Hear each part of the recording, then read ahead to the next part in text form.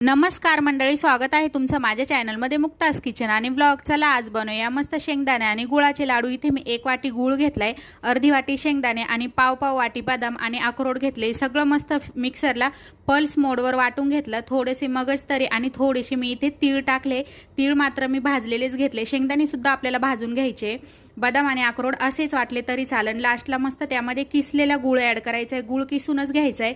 कुटून घेतल्यानंतर त्याच्यामध्ये थोडेसे गोळे राहतात.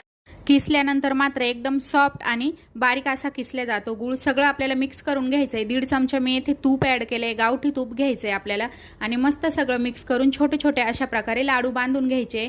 मुलांनी रोज एक तरी लाडू खाल्ला तरी चांगला आहे. आता उन्हाळ्याचे दिवस आहे त्यामुळे लाडू आपण छोटे छोटे बांधणार आहे, पण खूपच हेल्दी आहे हे लाडू. एकदा तुम्ही नक्की ट्राय करा किंवा जेवणानंतर स्वीट म्हणून सुद्धा तुम्ही खाऊ शकताय. आणि एवढ्या क्वांटिटीमध्ये 10 ते 15 लाडू बनतात.